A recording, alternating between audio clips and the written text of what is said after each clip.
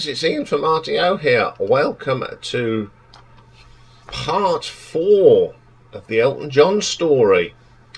And today we have reached his 1990s period. Now, very busy period for Elton John.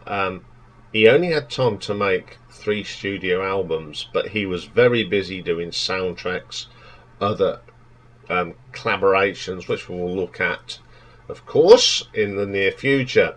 So today we have got 3 albums to look from the 1990s, and we're going to start off with his 25th album overall and his 3rd and final release of the 1990s. The album's called The Big Picture. So joining Elton on this album, we've got keyboards and string arrangements by Guy Babylon. Paul Carrick appears playing the organ on track 6. Matthew Vaughan does keyboards and percussion on track 10. Davey Johnson plays guitars on all tracks along with John Jorgensen. Bob Birch plays bass as well. Charlie Morgan on the drums, so he's sort of got his band there. Paul Chart, clavis on tabla, and Dudley arranges the strings and conductor. And Dudley, of course, from Art of Noise and arranger of soundtracks herself. Carol Keaton does some backing vocals on 3 tracks. On track 2 we've got the Angel Voices Choir. On track 4 we've got the East London Gospel Choir, and Jackie Rowe does a couple of songs backing. So the first track on this one is called Long Way From Happiness. I actually love this track. It's a lovely piece of piano work from Elton. Nice acoustic guitars, solid track. Second track, Live Like Horses. It's okay up to a point. It's 5 minutes long, and the last couple of minutes just seem you want it to end. I do like the track, but it just goes on a little bit for me. The End Will Come next. Very solid track. His voice sounds good. It's a very pleasant song. Then we get one of my favourites on this album, and it's called If the River Can Bend. Now this is one with the East Gospel Choir on it, and it's really, really good. Very gospelly, and it's very, very good track. Love's Got a Lot to Answer For. Again, one of these tracks that drags on a little bit. Needed to be cut, well, a couple of minutes in my books, but still a pretty decent song. Then we got Something About the Way You Look Tonight. Very good track. This is Paul Carrick on the organ. Yes, it's pretty solid. Then we get my favourite track on this album. It's the title track, The Big Picture. Very goes back to the harking days of the 70s. Nice string arrangement for man. Pretty solid singing. Great track. Recover Your Soul. This is what I think of this song. It's a bit meh, doesn't do anything if it's long. Yeah. Then we have a track called January. Pleasant to love, but doesn't actually belong on this album. It's a little bit, doesn't go with the flow of the album, but it's still a reasonably good track. I Can't Steer My Heart Clear of You. Nice vocal again from Elton, really good. Then we get Wicked Dreams. Very soundtracky. He was very busy with soundtracks. It's something that could have been sung on the West End. That's a really good track from the album. I think this is a bit of a mixed bag for me. Some good tracks on here. There's some that are a little bit long.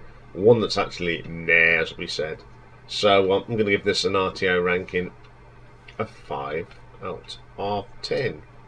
Okay then, coming in at number 2. We've got the second release of the 90s and the 24th album from 1995. It's Made in England. So we've got the usual band on there: Davey, Bob, Charlie, and Ray. But Paul Carrick's back doing Hammond organ on track 9. Accordion is played on track 6 by Teddy Borowecki. I think that's how you pronounce it. We've got Paul Brennan on pipes and flute, Dermot Crean on the violin. Orchestral arrangements, this time it's Paul Buckmaster, and George Martin does strings and French on track 7. Gavin Wright is the orchestra leader and conductor, and the London Session Orchestra is on here as well.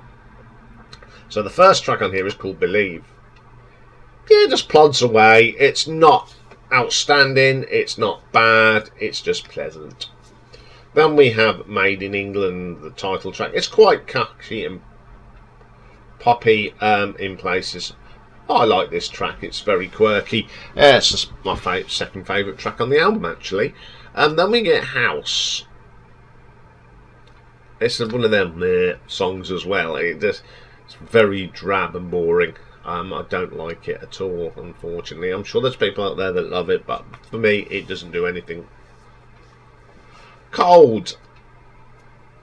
You see, this is better. It's the same sort of tempo as House, but there's a few extra layers in this, and there's a really good guitar solo on this, so it is really good. I don't mind that one. Then we get Pain.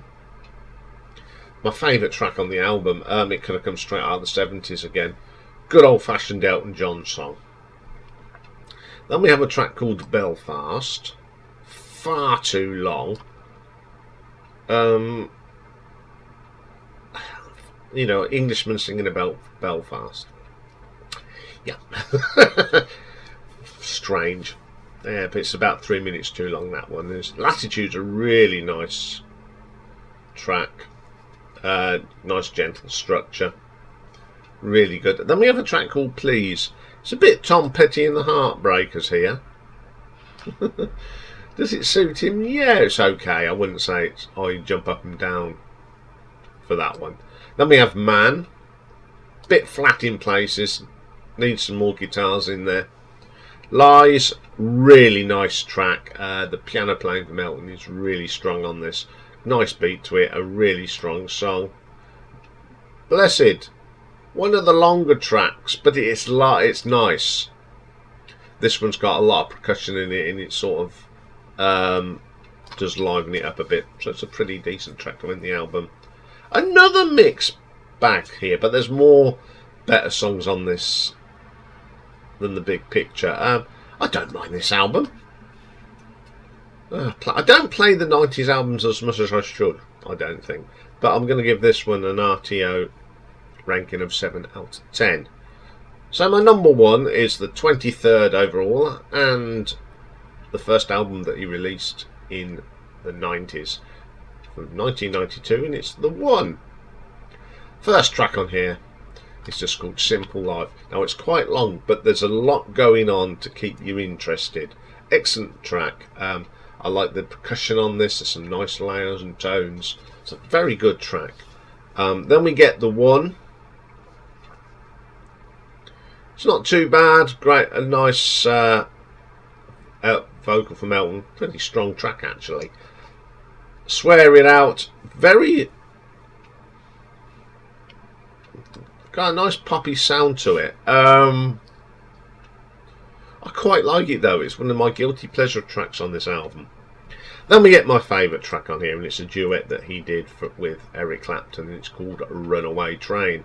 Now this song features in Lethal Weapon 3. Big fan of Lethal Weapon. There's been some really good songs in that. I mean, George Harrison did Cheer Down in Lethal Weapon 2. Honeymoon Suite did the original film. But this is a great track. It's probably one of the best songs Elton did in the 90s. Great guitar work from Eric, of course.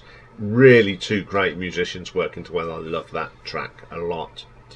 Whitewash County, my second favourite track on this. It's got a bit of that country feeling, though. Elton has done this quite through his career, and a little bit of country through there. And it's another quirky track. I really like that one. Then we get The North. It's just one of them tracks that goes on again. It starts off strong, and it just sort of gets stuck in the middle. It's like a record going around and the needle gets stuck, and he doesn't go to get off until someone nudges it or picks it up and starts it again. It's a bit like that. When a Woman Doesn't Want You, some lovely piano work from Elton on this. Great little track. Just like the next one, Emily, very uplifting, a fantastic vocal from Elton. Love that track. On a Dark Street, very foot tapping, lots of it's just Elton's got that combination of that 70s sound. It's really good. I know it's hard to explain it, but I do like that one. Understanding Woman, got a horrible drum machine on it, get rid of it, we don't need it. The last song's the last track, definitely one of the best songs again on the album. Some lovely piano work and vocals, great track to end the album. Definitely his best album from the 90s. It's got a little bit more oomph to it. There's a bit more variation. I just really like this album. I think it helps when you've got Eric playing on it. So I'm going to give this an RTO ranking of 7.5. So there we go. That is part 4, the 1990s.